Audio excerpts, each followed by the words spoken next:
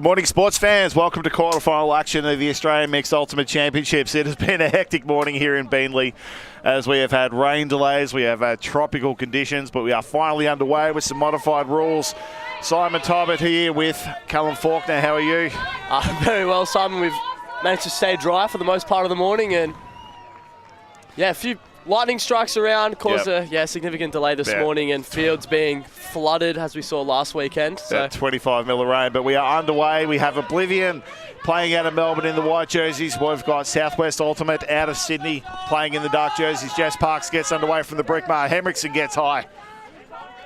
Puts a big bladey shot up, looking for Hamish Menzies, drifting away from the flight of the disc, and he reels in the first goal to get the scoreboard underway. That's a really nice look from Eriksson. Way to get up for the tall ball. Brings that one down and sees Menzies nice and posting that deep space. You see him on the right of the screen there, just no one near him. And it's Oblivion carving through the SWU zone there. Looking really hot to start, and in the modified rules, like you said, only a 60-minute game this morning. 60-minute games, yes. It is crucial that teams come out red hot, Simon. Yeah, it'll be, by punching Euro points is important. 1 or 2 breaks could be the difference early on. Of course, not really much time for a comeback. We're running with 60-minute time slots today, so all games can fit in as scheduled. So fantastic work by the crew, the Australian Flying Disc Association, to make this happen, and also the Beenleigh Multisports Association. They've been fantastic this morning in helping things get sorted. So we get our first look at the SWU ambush offense.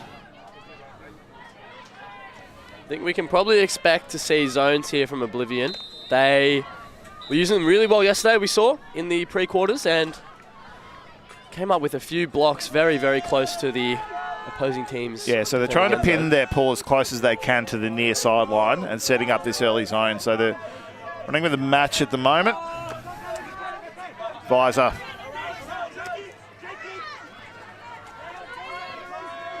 Ruby.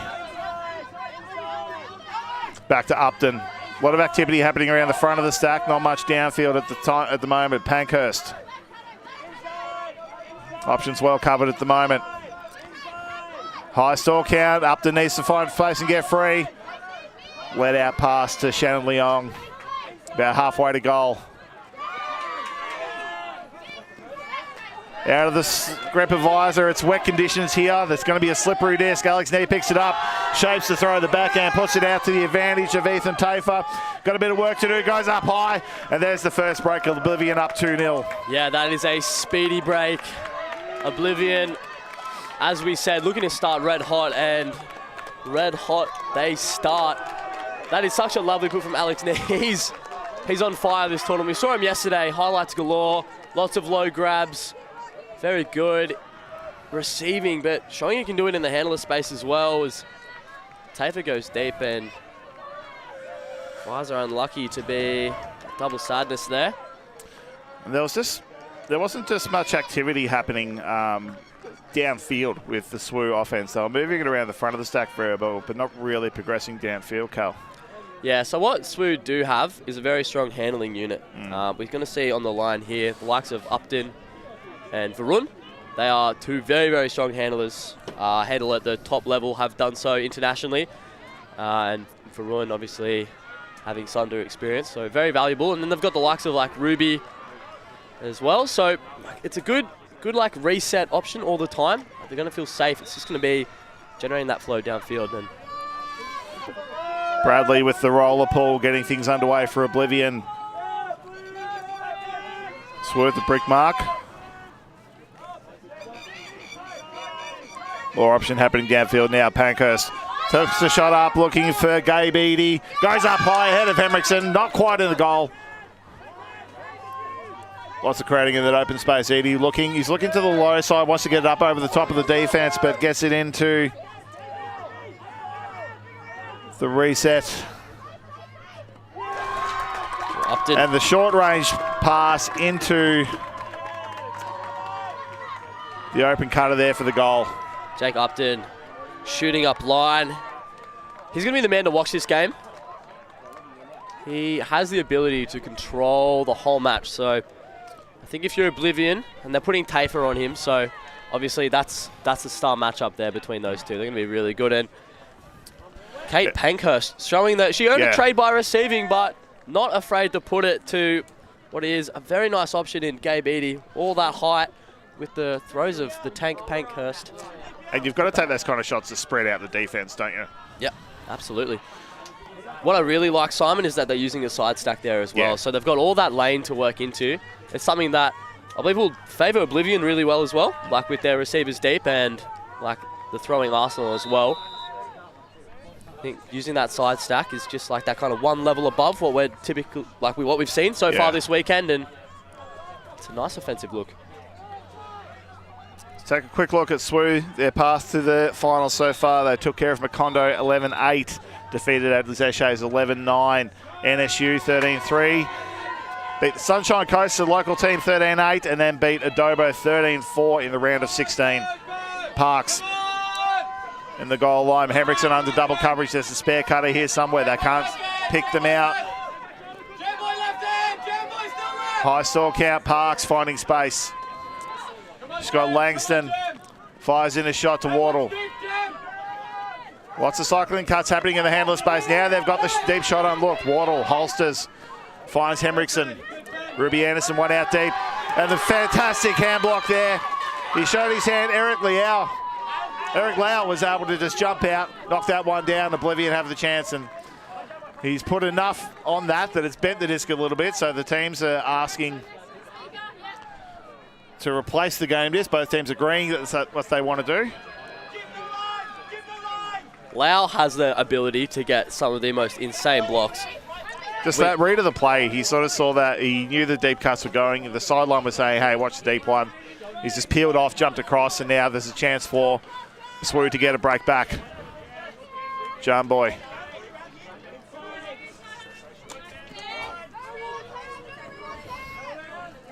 Cracknell. They head to Jamboy again. Right on the goal line now. Scuba over the top. Centre field now. Happy to bounce around. Wow. Holds onto it for a long time. He's looking high side, but all the cuts are coming towards him. Has to just put the high stall count. Menzies there to contest. And goes up with Cracknell. Foul called. Looks like it was a pretty tightly contested one. Menzies not happy with the immediate foul call. Yeah, high floaty one, so inevitably bodies gather underneath it. So Ben Cracknell definitely getting there first, but I'm not sure if it was necessarily a clean grab. Yeah, I think for Menzies, like he's ended up with the intercept after the deflection, but I mean, first look at that replay, Cal, I would say that Menzies sort of jumped backwards into Cracknell, so I think it's within rights for Cracknell to call the foul because he felt the contact. It affected his play on it, but I mean, they're sort of converged in the same space, haven't they? So they have, and I mean, the throw hasn't done anyone any favours there. Yeah, it's unfortunate. But high stall. High stall, had to get rid of it, had to do something. What else? And if it comes back to Lau here, we can expect similar pressure. Yeah. And he's going to need to get a reset. He's got Tar back with him. It's just going to be a very tough matchup. Tar and Parks that's the big assignment for SWU at the minute. I feel like this one's going to come back contested, probably seems the right outcome there. Of course, we've got the benefit of replay, but the players just have to go with their memory of the curve. We'll take another look. It would have been sort of stall 8 or 9. Just get out of jail shot. Yeah, it's hard to tell if he's kind of dropped it before the contacts come through, but yeah, I think contested's the right outcome there. Yeah, we'll run it back. But that'll be still a bit of pressure on the stall count, so you can see Wardle just asking Ralph, our game advisor there, just double checking what the stall count's going to come in on. So it'll be in on 6. So Blair has a bit of time for another look. Great opening look onto the chest of Kimberly Tran. It was a nice clean look because all the other SWU cutters got out of the way, left that open. And so Bissett's going to bring it back into play deep in Coffin corner. It's very slight sort of bottom left to top right breeze, so he has got the wind at his back. So bottom right to top left. Sends the backhand up. He's got Henriksen. Couple of defenders there to beat. And Eric Lau gets up. just had the read, had the position. He saw Bissett with wind up the backhand. He thought, well, this isn't going anywhere else. Yeah. They've done their homework. Again, Oblivion using that kind of first in the stack isolated space. I really like that look with the diag stack as well as Menzies calls a sub, and we get Tafer on, possibly boosting up the defensive capabilities here. Menzies with a bit of a hamstring issue at the minute. It says he's chilling. Yeah, a few injuries on the Oblivion roster, but they're going to all play through it because they do have a small team compared to a lot of other squads here. Like the typical squad size is sort of 19 to 22, but Oblivion here with I think just 15. Jumboy. A lot of cuts heading away from him. Picks out the space. Ben Cracknell unguarded at the moment. Resets to Tar. Back to Cracknell, still unguarded. Both sides of the field to look at. Tar with the reset. He's got Jumboy high side, switches across. Henriksen goes large. And Jumboy puts a shot up this time looking for Cracknell. Waddle's peeled off. It's going to be a tough one, but he's towed the line. He's kept the back foot in, and this time Cracknell reels it in. And SWU earned that break back to all. Really good to see. I think Cracknell in that deep space, floating one up to him, will be a pretty common bailout look, if not even a bailout. It might even be the go-to for this SWU team. He is tall and long, and he's a very dangerous receiver. Still pretty new to the sport, only been around for a couple of years, but he is electric. His ceiling is very, very high, and I want to shout out the credit of Celine Tar. Pulls the big defensive matchup in Jess Parks and goes to work in that small handler space. She's really been adding that to her game, and Henriksen with a huge bid we saw in that little package there as well. Not afraid to get the white kit dirty. It's not the jersey you want to be wearing after all the rain we've had this morning. Yeah, Mum might be happy having to put that one in the wash. He's a big boy. Can use some nappy sand.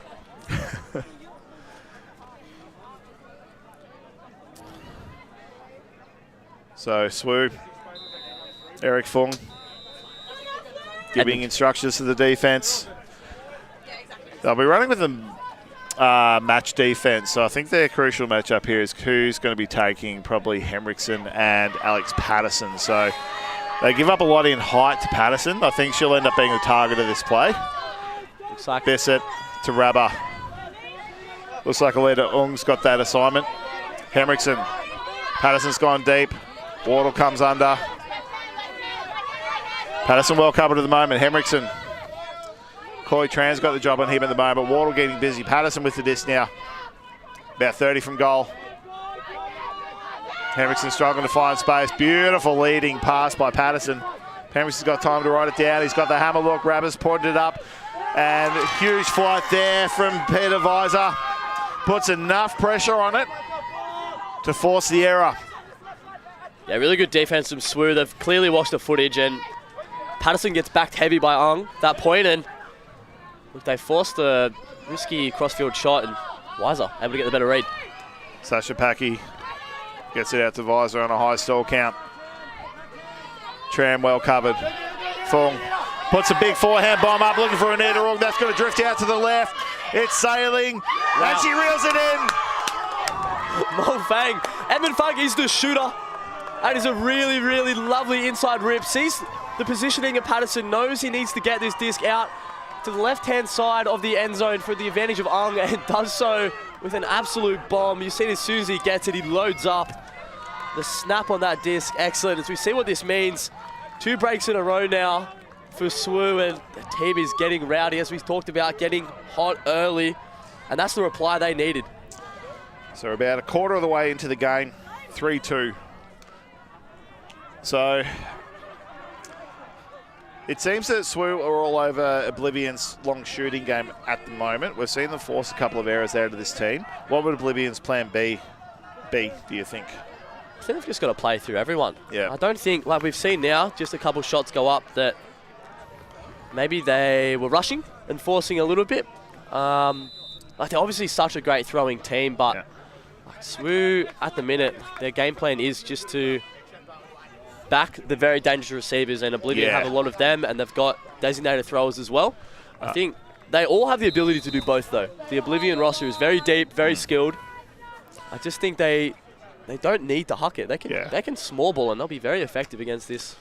And I like how SWU have just backed in the 1v1 matchups rather than having extra players peel off, which we saw other teams have been trying to do against Oblivion. It's not really worked for them on defense. So backing up again to play more defense, sends the pull deep into play. He's going to put Oblivion back in their own end zone. Knee to Waller. Horizontal set now. Tafer under tight coverage, looking downfield. A lot of cuts heading away from him. Knee. Got Kabaya free, looks that one off. She switches the angle. Bradley. Some negative yards now. The stack all pushing under. SWU have got all the undercuts covered here. Knee finding space. Shapes to the head, send the backhand up, looking for Nick under double coverage. And then Horne gets up again. Another one. Knocks that one clear. She peeled off. She was guarding Patterson there, but peeled off and made a play on that one. Beautifully timed, beautifully read. Upton sends the shot up, looking for Jam Boy. That might be a little bit out of reach. He's going to have to go. Go, son! Wow. Not quite. Wow. The immediate reply, and hey, right option. Right option there. Now, Oblivion just need to relax a little bit. They've got very solid reset handlers. Bradley's been great for them all tournament. Tafer to knee. Stack's quite deep at the moment. Puts a big Frostfield shot up there, looking for Waller. Upton having to go early to make a play on it. Sends the backhand up, not quite. Good fake, Tafer with the under. Cutters all heading to the end zone at the moment. Kara's going, Patterson's going, Kabaya's going. Waller, 30 from goal. Knee, looking to the low side, finds Tafer. Tafer looking high side, no one's moving yet though. Has a long look, finds Kabaya. Kabaya's got it at the open side. No Cutters obliging though. Now a couple go at once. The timing's not quite working here for them, Cal. Knee. 3 from goal. Quick reset. Everything well covered at the moment by SWU. They wanted to move to that high side. Patterson finally finds space. They get that breakthrow out and get their third goal on the board, but a trouble has been called. What I really like in that passage then is just they've become smarter. They're not taking those shots straight away. And we just see Knee kind of being the general back here at the minute, working well with everyone else downfield. Because now SWU are expecting the deep shots to go, people are peeling off. Just never get free unders and grind it out. Goodbye to Tafer. Quick 1-2. There's the goal. So now they've secured the third. And 3-3 is the score now. Yeah, and that's a lot better once they get the turn back. Oblivion just playing smarter frisbee, and they've got some big brains behind the disc there. Rumours are Waller's one of the smartest men in Ultimate, and when he's out there behind the disc and he's calling for people to come under and not shooting it deep, and you know he gets those 25-meter gainers off to the likes of Kabaya and Tafer, who are working really hard out there. That opens up those cuts for Patterson that we saw. Although it was called back for a travel, because everyone else is working hard, she's able to set up a cut and kill the point like that. So it's the composure from the throwers as well to take that catch, take a breath once they've caught it, get their 2 feet on the ground, and then size up all options rather than think, I've got to get rid of this as soon as possible. So Oblivion now to play some defense. So this is the line that they usually employ when they're doing their kind of 3-3-1 zone. And we did see Match come out for the first point. We'll see what they decide to throw on, as once again SWU have a very strong handling line. Side stack here, Pankhurst and Visor update. Pankhurst is gone. She's well free, but well covered. Upton with the lateral cut. Now sends along to Pankhurst, well to her advantage. Brilliant set play there from SWU. And that's just clinical O. Yep. That's really nice. Obviously, they could have shot it early to Pankhurst. Yep. How about we just shorten that range? Yeah. Make it a higher percentage look. And Pankhurst is rapid. She's one of the fastest women in Ultimate. It is very scary when she's in like that big space. Really Upton, isolation. He's got all the throws to have to complete this. And this is lovely. You can see as Pankhurst went deep, she drew 2 or 3 defenders out of that space, and that just opened up an absolute paddock for Upton to just attack. Yeah. So 4-3 the score now. We're sort of over those initial nerves. Teams obviously were a bit jumpy this morning because there was a long delay. Games were originally going to be getting underway at 8 a.m., which is nearly 2 hours ago. But the torrential rain we had here at Beenleigh prevented that. So there was a lot of sitting around and a lot of uncertainty. What are we doing here? What's going to happen? And so then just becomes about who can maintain their composure. It looks like both teams have steadied themselves into the game now.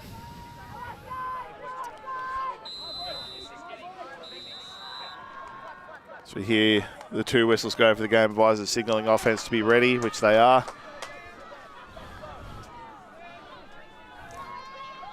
SWU sending the pull up now.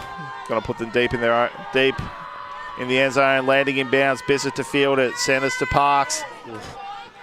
We've got Eriksson isolated under. We've got Anderson isolated deep. Rabba completely unguarded. Gets the easy look. He's got Langston heading away. He's got Ruby Anderson coming towards him. Takes his time. Doesn't have a stall count on him, so in no rush at all. He's put it out to the advantage of Bissett, who's put him in with a bit of trouble. Ben Cracknell gets over Bissett. Small height mismatch there. Too much air under that throw. Fung sends the big shot. That has gone to a completely unguarded Koi Tran for the goal. SWU. Just Oblivion too busy on defense. Forgot to just stick with the matchups. And that's the second long shot we've seen from Edmund Fung. He's just got that. I love his just slow release, shoot from the hip. There's not much of a wind up, so you can't see it coming. He's got such a cannon on him. Both throws just coming out flat and hard and perfect, perfectly into the laps of Tran then, who just finds himself free on the turn. And how much life be as a receiver when you got throws like that you're not having to lay out, you're not having to change direction. It's just out in front of you. You can just chase it down and just get the old clap catch. Isn't it? There's nothing sweeter. And I want to quickly give credit to the start of Oblivion then, right? Parks feels the disc and then hits it. She gets it to halfway in one throw. It's just so nice. Rabbit sees Bissett. Bissett is free on that cut. He's just got Cracknell.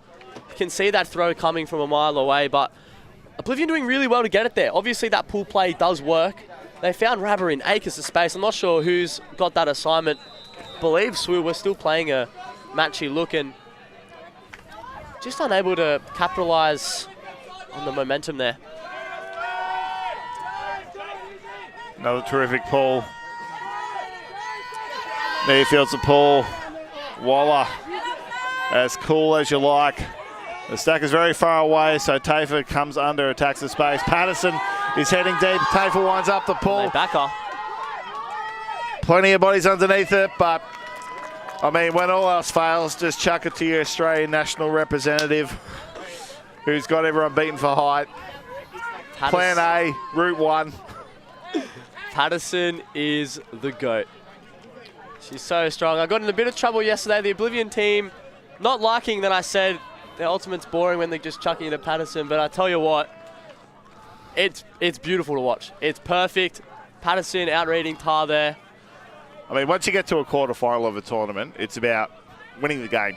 You're sort of moving on from playing the pretty attractive structured ultimate. It's like, we've got to score goals, otherwise we're done. Hey, nothing wrong with backing the one-on-one matchups. Yeah. We've seen SWU do it. Oblivion saying, hey, we can do it too, and Patterson's going to back up. You can expect her to almost play every single point. She is going to be the key for them this game and almost every game. She's just so strong. So we're 24 minutes in, 5-4 the score. Going at a cracking pace here. We've got 9 goals in already, so running at about 220, 230 per point. So we can probably expect another dozen or so points to be played. So zone defense here from Oblivion. Not much wind to speak of, so it's wide range of throws available. Varun doubles back to Ruby. Back to Varun. The transition to a match-ish defense now. Creative bladey shot over the top to Visor. Just caught Bradley unaware there. She's head checked at the wrong time. They've just timed that floaty throw beautifully. What was interesting there, Carl, is that when they transitioned out of that zone defense into match, they didn't try and seek out gender matchups. It was just take the nearest player. Yeah, I like that. Yeah. I think that's a great look. Just unfortunate to get that throw off, really. Like it's a nice defensive look. Yeah. But when you've got the likes of Jeroen and Ruby and up them behind the disc, it's free resets, and like, they're all creative throwers, and they do make that zone look rather easy. I really like their ability to negatively reset and then just bounce it forward straight away. There's just so many easy gains down that sideline when there's no wind to speak of. Usually with the zone, you use the sideline and the wind as sort of an eighth defender, but it's perfectly still conditions right now. There's nothing. It is. And so every throw is available to you. Yeah, it's definitely one for the throwers in these conditions. And so 6-4 to Southwest Ultimate. Not sure if we saw any of those bladey kind of looks yesterday. That's just very creative, very smart. None completed, anyway. Yes. Of course, we've been building as a club based out in Liverpool, down in Sydney's southwestern suburbs. Getting lots of players into the sport, doing a terrific job building it down there. Bissett, Parks, Eriksson going deep. But Feng peeled off Wardle, who's free, but that's well covered as well. Patterson's out of options, just has to send it out to the advantage of Patterson. Feng's getting across to make the play. Goes large, knocks it out of bounds. Evan Feng covers so much ground, and that's the right shot for Oblivion, really. If you're going to bail out to anyone, it may as well be Patterson. And just the defensive pressure by SWU to close up the centre of the field where Oblivion want to move it and forcing that long loopy shot. And of course, with enough air under it, that was enough time. Feng covered about 30 metres of field width to get to make a play on that one. Incredible stuff. Tran sends the shot up. And that was to Rosie Ward. Had a bit of work to do. Decided to throw herself at it anyway just to see what happens. You don't know what you can get unless you go over everything. You may as well. And one of my coaches in the past told me you never really understand how long you can get. Yeah. You can get so far when you bid, so never give up on it, and doing well to leave the feed. It's a very crucial skill. Yeah. And when it's wet and muddy like this, there's no fall damage. That's it. There's no pain when you hit the ground. You're just going to slide. Bissett. Wide to Patterson. To Anderson. Has to reach for that one. Can't reel it in. I think got a hand on that on the release from Patterson. And just enough to bobble, as we'll see here. Yeah. Oh, nice one. Little deflection. It just out of the reach of her Anderson. with that block. Yeah. She should claim it too. Parky. Wide to Ong. She's having a game. Fung well covered Tar. Now he gets it 20 from goal. He's got both sides of the field to look at. Just goes short. Parky. Only one cut coming at a time. Well covered by Anderson. Going to have to reset. Eventually just throws it to the advantage of Fung. He's going to have to go. Skids it down. I think Fung looking for kind of the thrower-led. Yeah, there was just a little bit of then, rather than the up line. He was kind of getting his player up line to bite back on that one. And both had different ideas there. I think that was the... Yeah. Slight miscomment. When you're on O, there's nothing wrong with calling out what you want. The defender still has to try and block it. It's hard to do. Bissett. Ongo nearly had a play at that one, but Patterson reels it in. Parks. She's got Anderson deep. Doesn't take the shot. Short to Langston. Langston. Wardle covered. Parks. Langston. Plenty of pressure around the mark here. There's finally a let-out breakside pass to Wardle. Wardle's got a couple of looks. Holds onto it. Henriksen's got Langston near side. Wardle charging across. Langston finds him with a great throw in that front corner. And just the cutters motoring around there at pace, Cal. Yeah, that's really nice cutting from Oblivion. One at a time. They've cleaned. It looks like it's very clean. At points yesterday, we saw it be a little bit messy, but I'm liking all of their initiating movement, and then that's a very nice end zone set, cutting from the front of the stack, using, the more space than you're able to at the back, and just That's a great cut and an even better throw. They seem to really only designate maybe 2 or 3 cutters going at once, with the other 2 just sort of pitching a tent and staying there. But you're sort of tempted as a defender to go, well, if they're not going to do anything, I'm going to peel off and put pressure. But the second you do that, they're just going to attack the break side. Like, they're just going to punish you for doing that. So you're sort of caught in a bit of a bog. You've got to go, I want to do something, but I can't. It's frustrating for defense. Very frustrating, and the Oblivion offense really wise to this kind of stuff. They've seen this at the top level, and they are able to read that, and they've got the throws to be able to do so. I think a lot of other teams in this tournament, they see the poach, but where their mark is, it's unable to hit to the other side of the field. But not for this team. It's just very strong talents. Of course, earlier this season, Oblivion 4th at the Victorian Championships, losing to Southern Hills Summit in the end, who came over from Adelaide for the event. Jeroen deep in his own end zone. Edie. A lot of cuts heading towards him. He finds Jack Upton heading away. Waller's there contest, but Upton's got the position. Ends up milking a couple of extra metres. He's done too much. No. He's done way too much. And he's put it down, and that could be a costly error. Waller. Bradley covered. Waller's just going to have to send this one. Puts it up. He's got Tafer. He's got Kabai. There's 2 SWU defenders under there drifting away. Kabai reads that better than anyone. Catches it 4 metres from goal. She's got knee 1 out. He can't get free of Jeroen. Lots of cards heading towards her. High stall count. She just has to send it. Alex D gets up. He's a star. Kabai, high stall count. Such a great read. Really credit to her. Waller probably just trying to throw that a little more out in space, but unable to get the distance. And it looked like Kabai was the only one who ever really had vision on that disc for the entirety of its flight, and comes down with it. And what is an unconventional loopy backhand results in a great grab from knee. I think that's the shakiest we've seen Oblivion's offense. Like, no one really got free for Wally. He had to send that. And then even when we got to the end zone, there was one, you could see one option there. I think that was Knee couldn't get free initially. Then Waller makes an attack. But by then, high stall count. Everyone else had cleared out. I would say that's who Kabai was throwing for, though. Sees Jeroen kind of poach into that under. Yeah, just get it over him and hope for the best.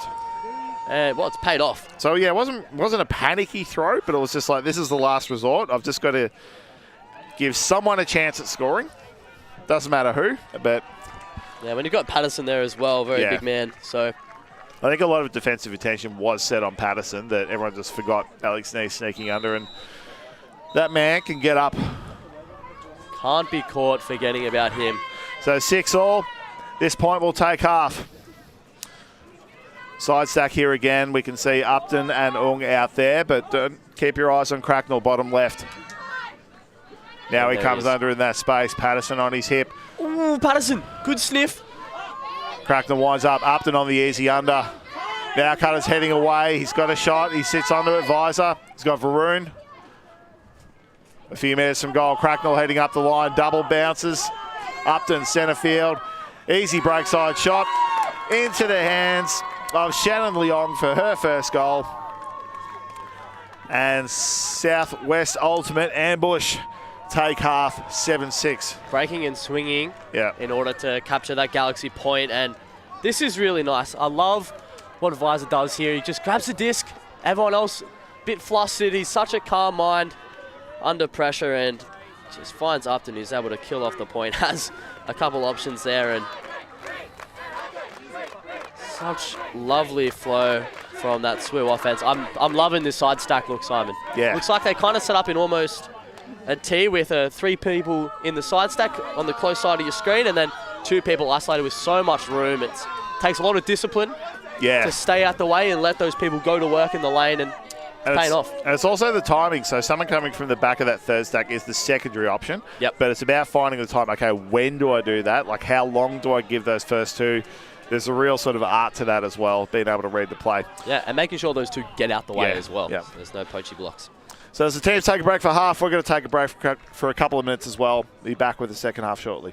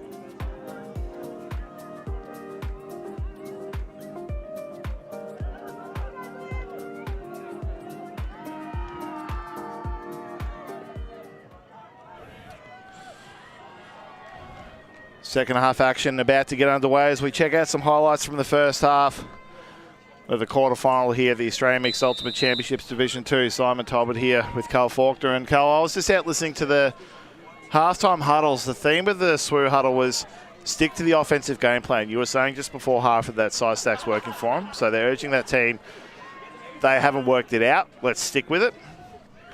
Whereas the energy on Oblivion was more about, I heard them talking about going up the hill together. It was very sort of visualization, holistic. I won't say verbatim what they were saying. There was some language not fit for broadcast, but it was more about trusting each other and working together. So more structure versus vibe. I like that. They're down a break, Oblivion. Yep. They need to dig deep here and get it back. Edie. Ruby. Couple of deep looks. They've run with that transition zone again. Settling into match defense now.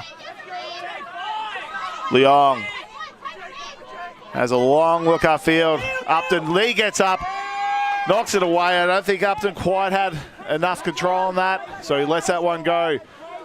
Just a wobbly release there. I think SWU need to engage that dump earlier as Knee now has an opportunity to break. Tafer. 10 from goal. Only looking to the high side. Doesn't want to shoot down the corridor, but Liam Patterson provides the option. Knee gets the reset. He doesn't mind shooting down the corridor. Bradley provides the option. Down it goes. Keeps it in bounds. And possibly, she might have got her foot down on the line. Possibly not. Oblivion sideline had their hands up. Waller calling it. However, Wisser thinking otherwise. And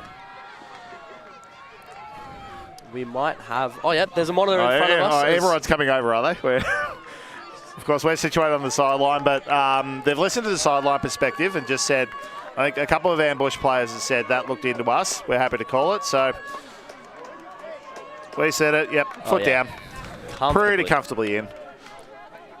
So from her release position, she would have had to jump. Cover a bit of territory. A long way. And Bradley's not one to not know where she's on the field. This is a lovely grab. Very safe and...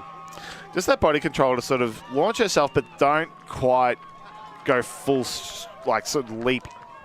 I'm not describing this well. Sort of bounding into the jump. Yeah. Just sort of going up and then just having the body control to get the foot down just as soon as she can and then worrying about where it is. So yeah. And she had the separation. She didn't do anything crazy there. Not required. So a nice break back for Oblivion. That's what they needed. Yeah. Come out of half, get the break. So SWU now desperately need a hold, and if they can maintain serve now, they will, in theory, win the game. But Oblivion are coming out red hot. Like they discussed, they're going up the hill together. Yeah. And that's the second turnover we've seen on a reset from SWU. And again, we spoke about it before. It looks like some of the dump positions saying, just throw me open, but the thrower's like, no, I'm waiting for you to move. There's just that slightest disconnect that starts to appear when you've got more defensive pressure than you've faced so far in the tournament. I'd say so. And Pankhurst, options heading away.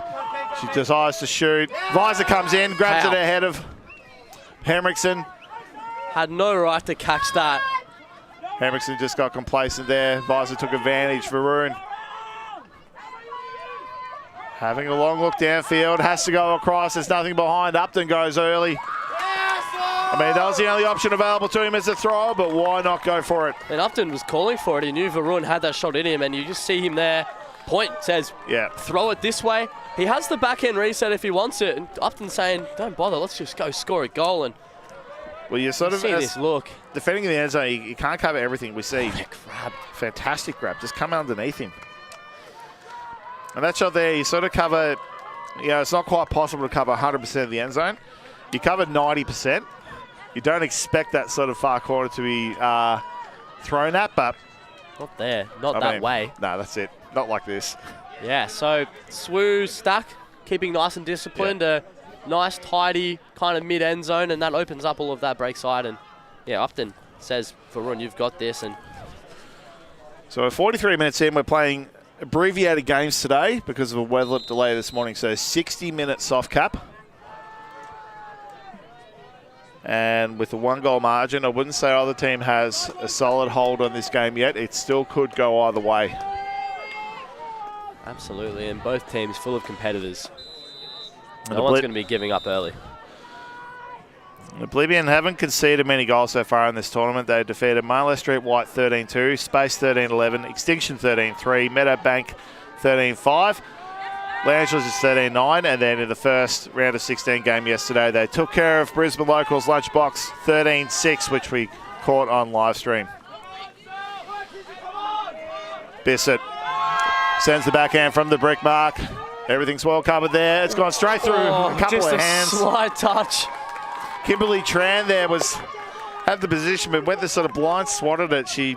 I mean, if I was a coach, I would encourage you to catch those ones, make sure of it, but Tash Langston had enough time to have a crack at it, but couldn't reel it in. So, but in either case, SWU have possession now. Shot's gone up to Cracknell. Eriksson.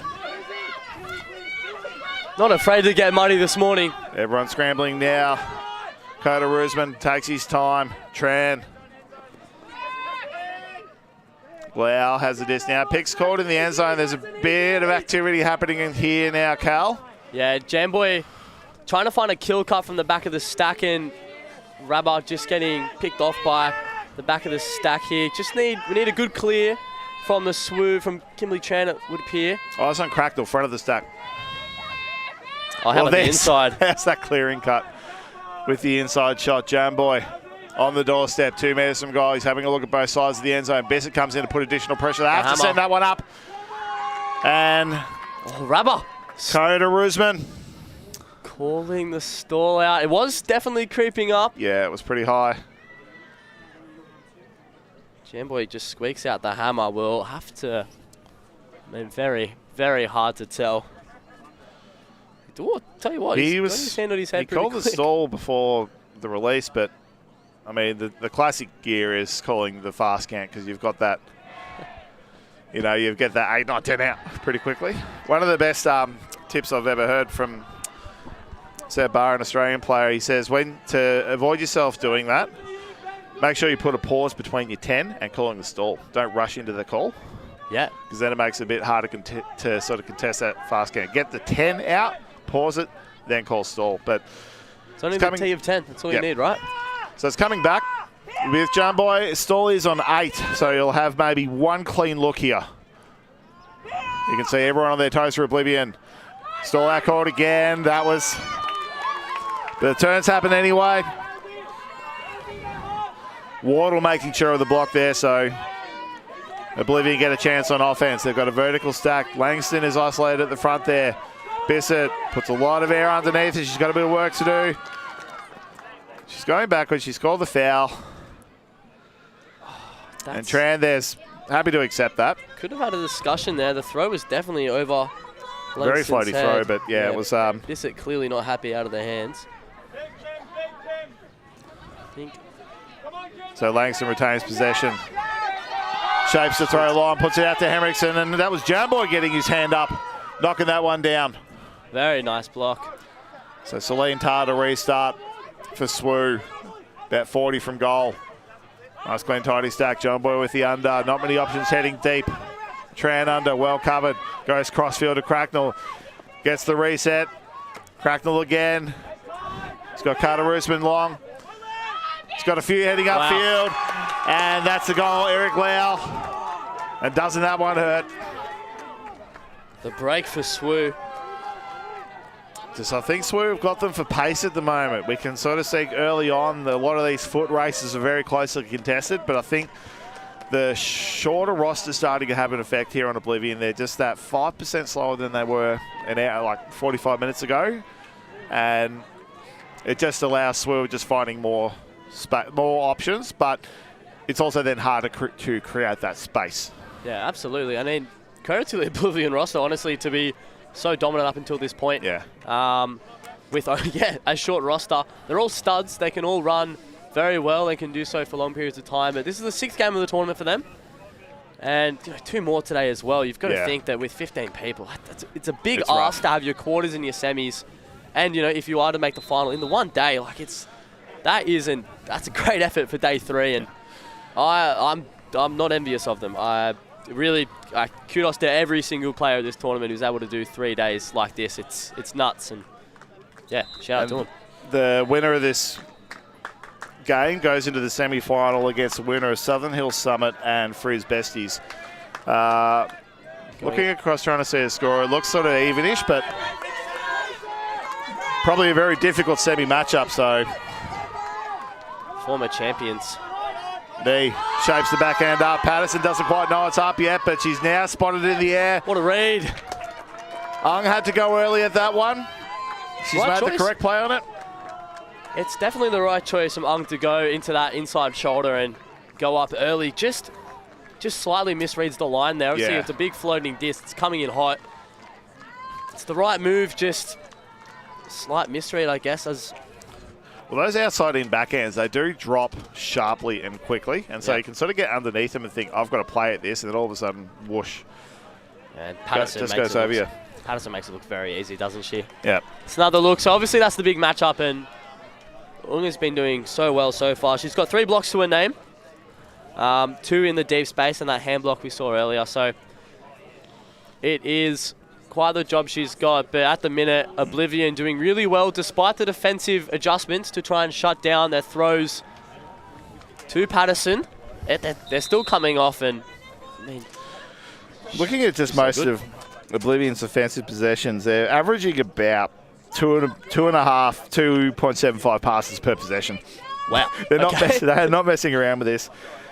SWU sort of up around the 5-ish passes, so they're working it a bit more. But I expect that number to get a bit short. I think Oblivion just want to make sure they're continuing to put that scoreboard pressure on. But SWU just need to keep putting these goals in. They're 9-8 up at the moment with the offensive advantage. And he's Upton. that sideline trap zone 3-3-1 from Oblivion. This gets some turns. It's been very successful all tournament. Varun, he's got a wide look. That's lovely. Sneaks it through the cup to Leong.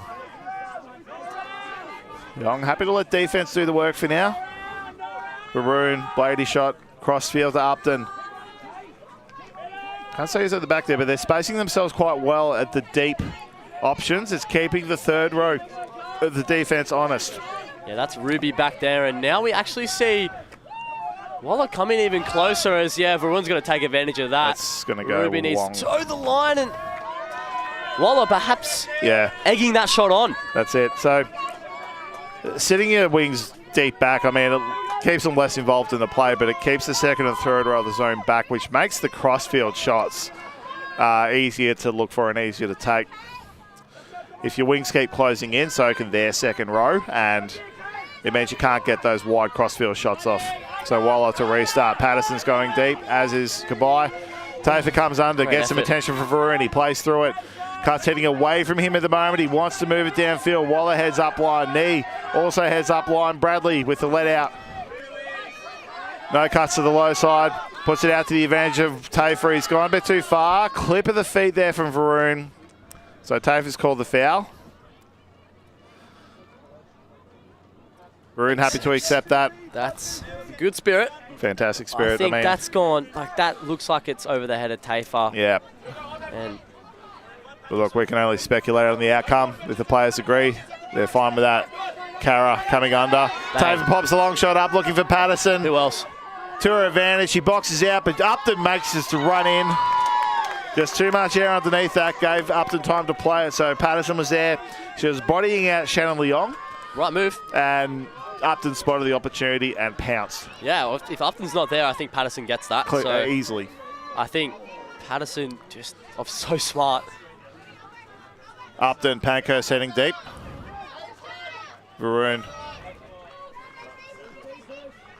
We can see Knee here looking to poach if any deep shot Yeah, goes. that's Visor recognises that. That's his matchup. He comes under. Varun going up the line. Just out of the reach. Out of reach. Kabay there to also put some pressure on Knee. Tafer unguarded. Cutter's sitting very deep of the handlers at the moment. SWU just need to cover the unders. Oh, Huge wow. jam block there from Visor. Upton sends it up looking for Visor. Knee could get up.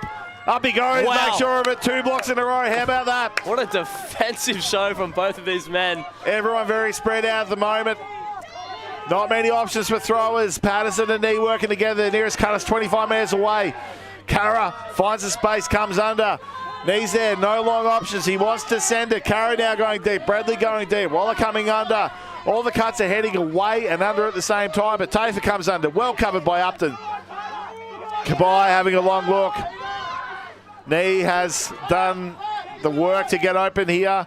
Kabai, he's put that just too far. Kabai not ready for that one. I think she was shaping to go up the line, but Pankhurst had that covered. And SWU now settled down. They take a breath. Bit of hectic action there. I think Upton's called the injury. No, he's just drifting wide. Yeah, he's going to pull Tafer out of the way here by doing so, and that's right. Varun, timeout called. Smart. Probably, I'm usually not a huge fan of midpoint timeouts, Cal, but I think that was probably the right call. Pretty hectic action, and I think both teams have sort of lost their structure a bit. So while this is going to be a chance for SWU to regroup, it's also a chance for Oblivion to regroup.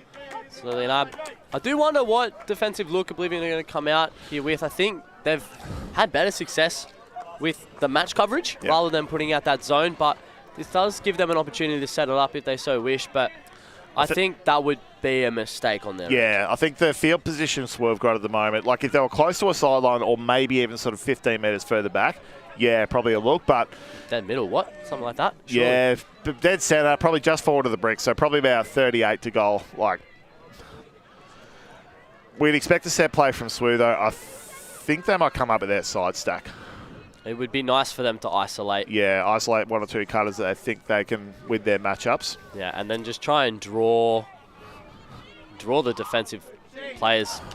See Patterson very dangerous in any kind of deep space, and Knee at the minute he's on fire. So Oblivion will peel defenders off, so it's going to be up to SWU cutters to recognise when they're being peeled off and attack under. So we're going to require a fair bit of coordination. So it's going with a standard Horror, but I'm looking at the Pankhurst-Kabai matchup, and then Visor and Knee. I think Knee's got that one, but I'd keep eyes on Pankhurst here. She's second from the top of screen. Here it is. She goes up line. Well covered. Visor. Looking for Varun, puts it up the line. He's put that beautifully weighted into the lap of Varun. You typically see that go the other way, Varun to Wisser, but what a throw from Wisser. That is the perfect shape, and they hold. That is just a hold. That is awesome. If you're an Oblivion defense, obviously they're coming off the field now, like they're gassed. They might feel defeated, but that's such a great win defensively for that unit. So 10-8 the score. We're approaching time cap. So the time cap rules as is. So we'll finish once we hit 60. Of course, our clock's not the official game clock. It's indicative only, but we're listening out for the siren, which will mean we finish a point and add one. So you do not want a margin of 3 at the time cap.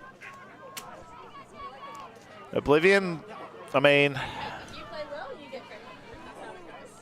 whether you want to pump this one in quickly or sort of grind it out a bit, but they wouldn't be paying attention to the clock. I'm overthinking it. Maybe. You're too analytical.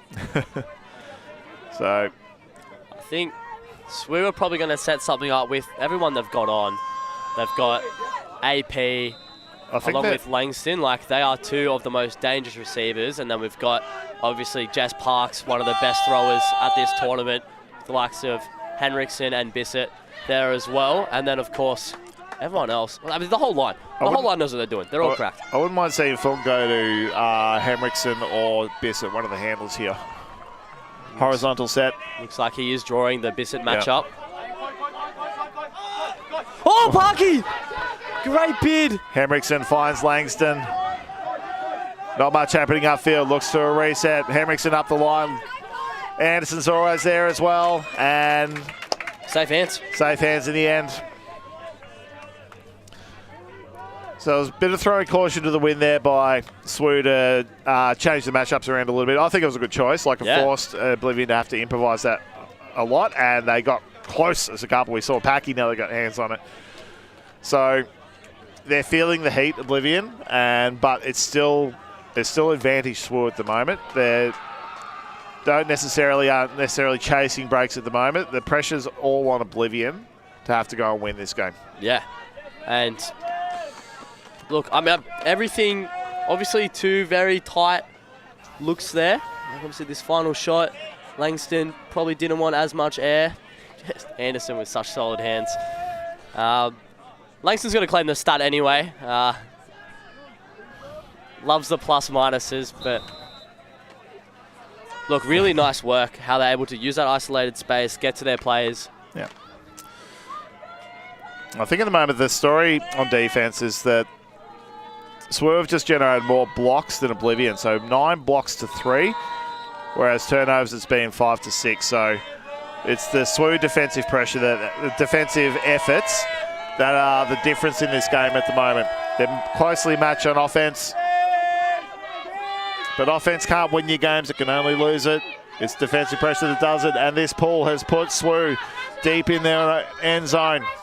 Not many options forthcoming. Here's layup bid by Knee. Wisser gets up and going. Pankhurst has gone deep. Upton spots her, sends it long. Got to move. She's got some work to do. That's going to go deep. That's going to go long. That's out of bounds. Too much muscle from Upton.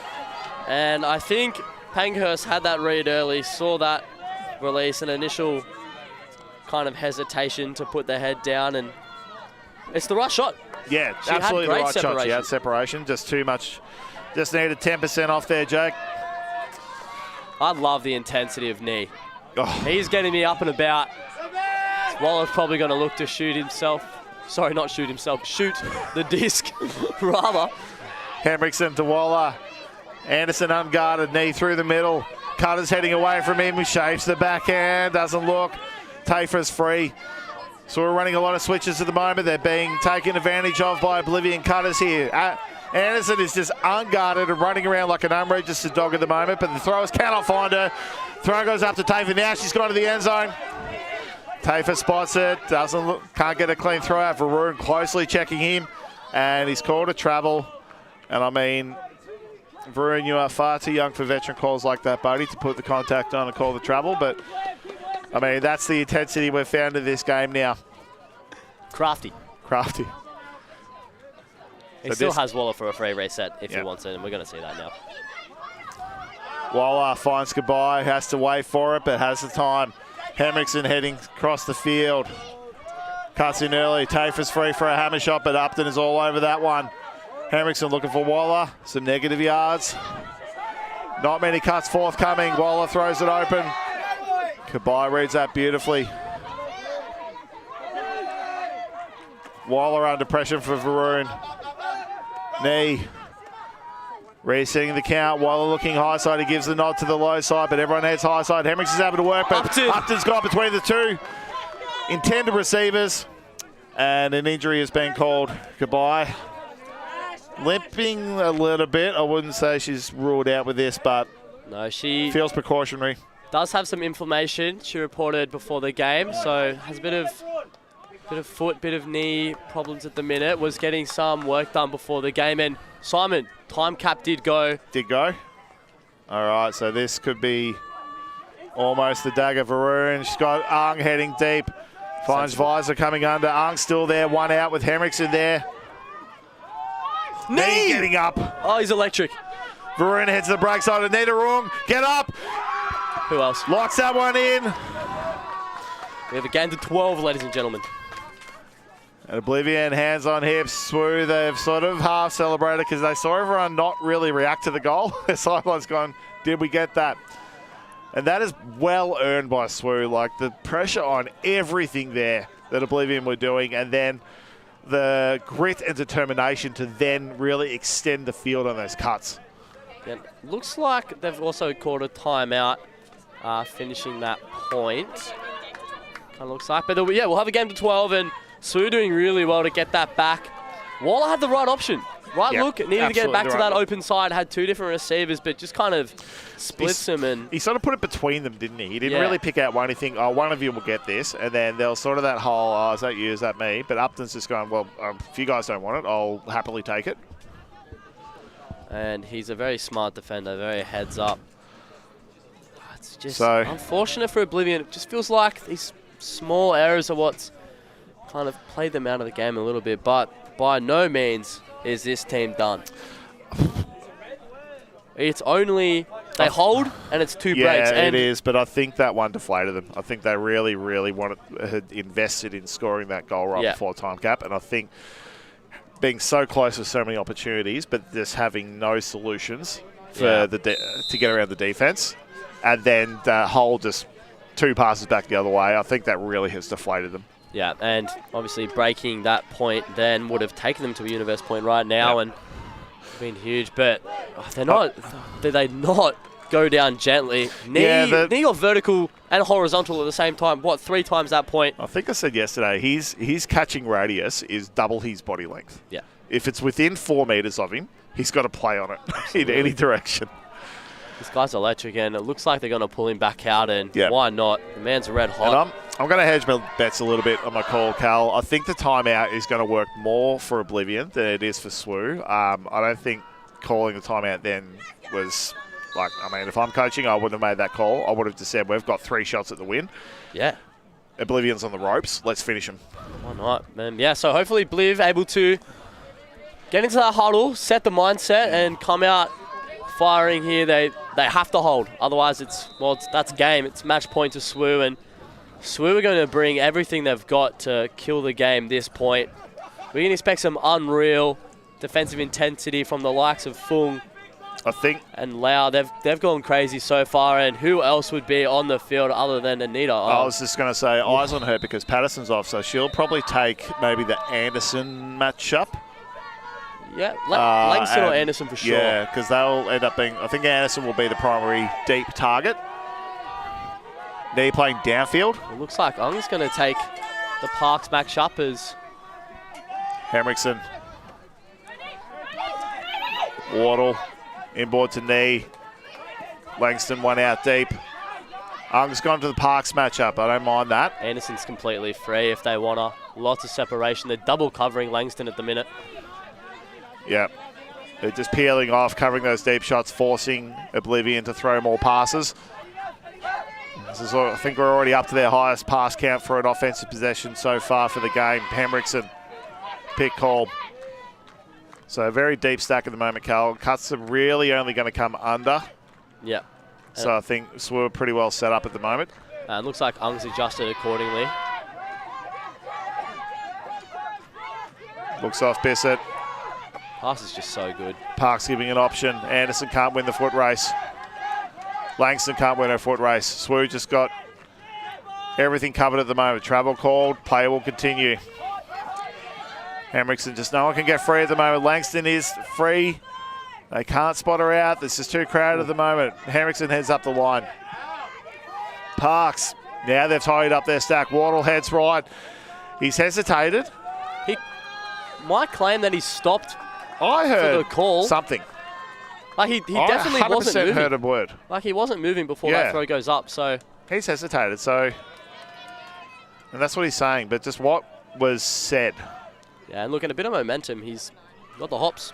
Yeah. Got the gloves on. He probably can bring that down. And so Parks might just get a second chance at this disc here.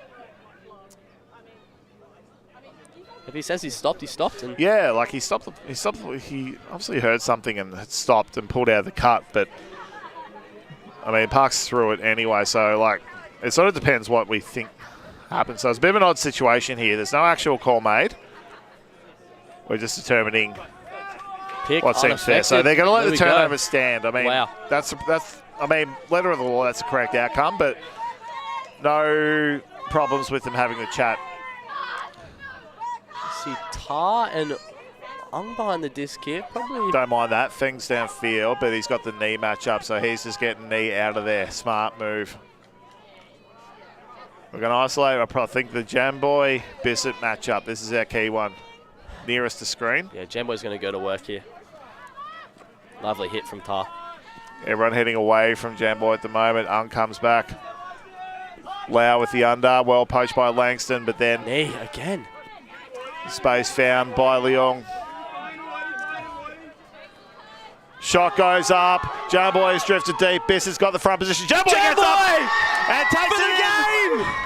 He's got it done, and he's got up above Bissett. And SWU move on to the semis. What a grab from Joshua Jamboy. That's my guy. Oh my. Lau says, yeah, you know what? I can give this a rip. Just put some air under it, and when you've got a few shots to win the game, why wouldn't you do that? Back your friends in. Oh, this is great from SWU. They're still a developing club, would you believe? Haven't been around for too long. They've been grinding away, community team, and these kind of wins at these tournaments is what consolidates those clubs. These are the ones that, like, a big part of building a club is the storytelling and the crucial things that have worked together.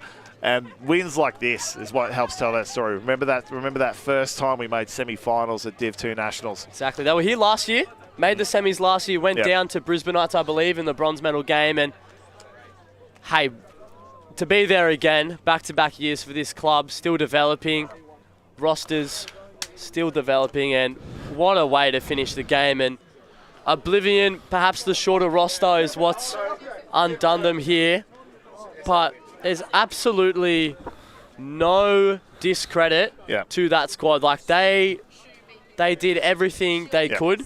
They've had a great game, and perhaps the defensive adjustments from SWU just outplaying Oblivion. But what a game, Simon, to start the day. Game.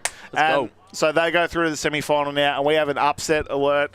We have in terms of seeding, Frez Besties, the reigning champions, have gone down to Southern Hills Ultimate from Adelaide on Universe Point.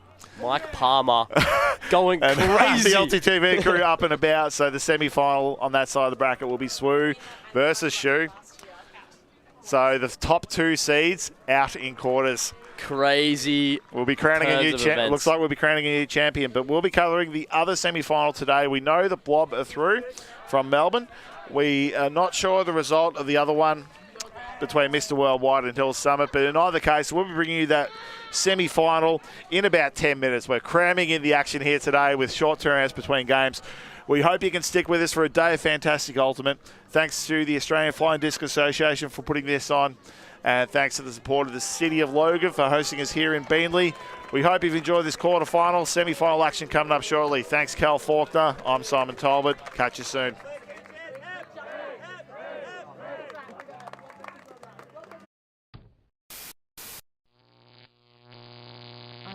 TV.